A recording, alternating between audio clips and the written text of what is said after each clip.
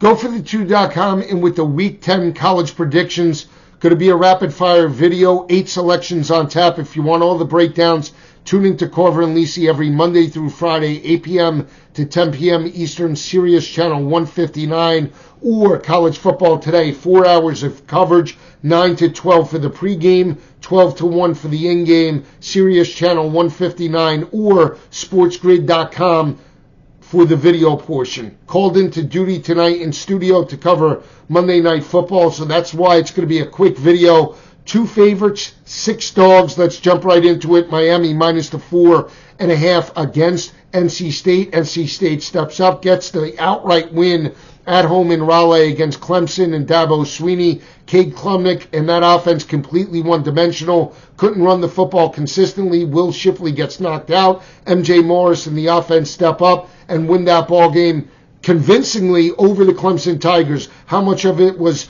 all of NC State? How much of it was checked out in terms of the Clemson Tigers after they lost their second game of the year? No college football playoff, no ACC championship. This team now is reeling with 4 losses on the regular season and does have Notre Dame on deck and potentially is fighting for bowl contention entering week number 10 of the college football season. Miami has a potential look ahead in terms of the game with Florida State in Tallahassee. Struggled last week in terms of an 18.5, 19-point favorite against Virginia. We talked about it in terms of last week's video. The last 5 games in the Virginia series have been decided by a total of 20 points. Virginia came to play, but in the end, Miami and Tyler Van Dyke did get the 26-23 victory. Van Dyke, 160 passing yards, no touchdowns, 2 interceptions, but I still like the rushing attack of the Hurricanes. I don't think there's a look ahead. They can ill afford to look ahead against NC State and Florida State on deck. They need to win this ball game. They need to show some sort of offense and defensive consistency heading into that ball game in Tallahassee. This is a Miami offense that's averaging 183 rushing yards per game, 272 through the air, and that offensive line has played well for Miami. They've protected Van Dyke and all the quarterbacks, only 8 sacks allowed as an offensive unit. I think that travels well in terms of this matchup against the NC State defense. You look at MJ Morris and the offense right now, still very non-explosive, only throwing for 196 passing yards per game, running the football for 133 yards on the ground, or only about 333 total yards of offense. But this Miami defense is still giving up only 86 rushing yards per game, less than 4 yards per carry. I think Miami has a speed advantage. I think the secondary could lock down the NC State wide receivers. Not sold on MJ Morris in terms of a big spot, only 56% completion percentage, even though they're playing at home. I think Miami covers this number by double digits on the road in Raleigh, laying the 4.5 with the Hurricanes. Pac-12 battle, we have Washington State laying 13.5 against Stanford. Washington State struggling right now. Lost the ball game against Arizona State in Tempe. Cam Ward completed 30 of 50 for 315 yards. This is an offense that has shown a little bit of inconsistency in terms of 4 straight losses. Struggled against Arizona, struggled against teams like Oregon, even though they moved the football through the air, had to get the backdoor cover with about 40 seconds left to play. On the flip side, Stanford is covering numbers, covered against Colorado as a huge underdog, did cover last week as a 26.5-point dog against Michael Penix. Held Michael Penix in the first quarter to only about 10 passing yards in this ball game, but they're going on the road to Pullman, very difficult place to play. Cam Ward, still an explosive quarterback, has put back-to-back 300-yard performances in terms of his resume right now heading into this ball game, and that's the matchup. Stanford's still giving up 322 plus in terms of their secondary, but more importantly, 54% third down conversions in terms of defense. Do not like that recipe going on the road. I think Washington State starts fast and puts the pressure on Daniels and that offense to match them score for score. Playing in Pullman, I think Washington State gets back on track. They need 2 wins to become bowl eligible. Laying 13.5. I think they cover this number fairly easy against the Cardinal Saturday night in Pullman. 6 dogs. We'll start in the SEC. There's 4 of them. LSU over Alabama. LSU catching the 3. LSU potentially has a confidence factor. They knocked off Alabama last year in their house, 32-31. That was with Bryce Young. Jaden Daniels stepped up last year and has one of the most prolific offenses in all of college football. They're averaging 44 plus per game, 233 on the ground, 339 through the air. Daniels completed 72% of his passes, over 2,500 yards, 25 touchdowns, 3 interceptions. He's also added 400 rushing yards and 5 touchdowns on the ground. His receivers are potentially the 2 best in terms of Malik Neighbors and Brian Thomas and all the SEC. 98 receptions combined, over 1,700 receiving yards and 20 touchdowns heading into Week 10. That is an amazing statistic. I still don't believe in the Alabama secondary. They were stretched and abused by Texas.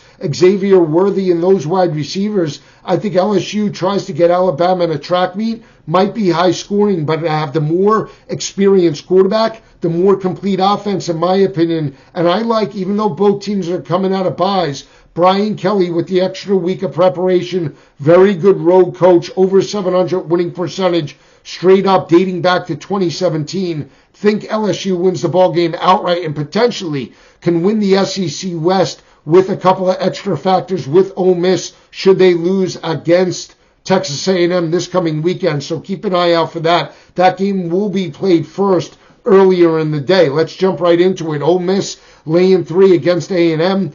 Last 2 games have been decided by a total of 13 points. Last year, Ole Miss won 31-28. Ole Miss right now streaking and trending, 7-1 overall, but there's the potential for a look ahead with the Georgia game on deck. I know you can't overlook A&M. They're sitting at 5-3. Jimbo Fisher, atrocious on the road, but his defense is still rock solid, giving up only 98 rushing yards per game, 33 total sacks, and more importantly, still, this travels well, 28% third down defense, going on the road to Oxford, very run-heavy offense in terms of Jackson Dart, Quinshon Judkins, a lot of pressure on Ole Miss. I'll take the points with Jimbo Fisher in the spot, Texas A&M outright over Ole Miss. Miss State catching 3.5 against Kentucky. Devin Leary stepped up with a dominating performance, but he couldn't pull out the victory as a 3.5, 4-point underdog against Tennessee. He did throw for over 270, but now has to go on the road Saturday night under the lights in Start Vegas. Michael Wright has gotten the start for Will Rogers, had the team in a position for a backdoor cover on the Plains, throws a 4th down pass in the end zone. The kid catches it outside the boundary. Doesn't count. They lose that ball game 27-13. But Miss State, even without Jaquavius Marks, still running for 153 yards on the ground. And I'm not sold in terms of the Kentucky defense right now. They gave up a ton of yards on the ground to Wright and Small, 253 to Tennessee. I think Mississippi State can run it. Not only that, but Michael Wright, a very athletic quarterback. You didn't see a lot of RPO out of the offense last week. Potentially this week with him at the helm, at home, Saturday night, must win if they want to make a run for bowl contention. Give me Zach Arnett. Give me Miss State outright over Kentucky catching 3.5 points in this ballgame.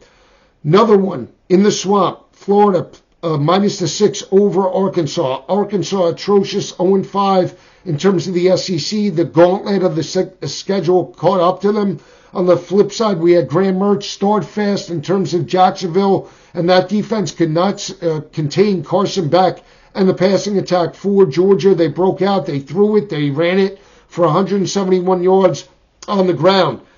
The week after a rivalry game, they're laying 6. We're talking about quarterbacks, Graham Mertz versus KJ Jefferson. I like Jefferson's mobility. Even though they're playing on the road, catching 6 points, I think Arkansas could be live. They can run the football. I think Jefferson will make some plays over the top. Only have 2 wins. Again, their backs are against the wall, like Arkansas outright over Florida Saturday at 12 o'clock. 2 larger spreads in terms of potential look-aheads. You got Oregon laying a huge number against Cal. Oregon stepped up, dominating performance, snapped an 18-game winning streak against home winning streak for Utah. They started fast. Bo Nix, absolutely dynamic performance. Defense shut down Bryson Barnes, completely made them one-dimensional. But USC is on deck. Potential look ahead. There's no doubt Oregon wins, but I'm taking the points with Cal plus the 24 in Eugene this Saturday. On the flip side, we have Pitt catching 22.5 against Florida State. Florida State does have Miami on deck. It's back-to-back road games. Might be a little cool in Pittsburgh. 50, 55 degrees. We saw Narduzzi take accountability for that terrible loss at the hands of Sam Hartman in Notre Dame. They allowed 58. Now the opportunity for a top 5 opponent in their house could be an ugly type of game. No doubt Florida State wins, but Pitt does cover the 22.5 this coming weekend. So those are the 8 selections. We'll run through them right now. 2 favorites, Miami and Washington State. 4 dogs in the SEC, LSU, A&M, Miss State, and Arkansas. And then the 2 big dogs, California plus the points and Pittsburgh plus the points. I'll see you on Saturday.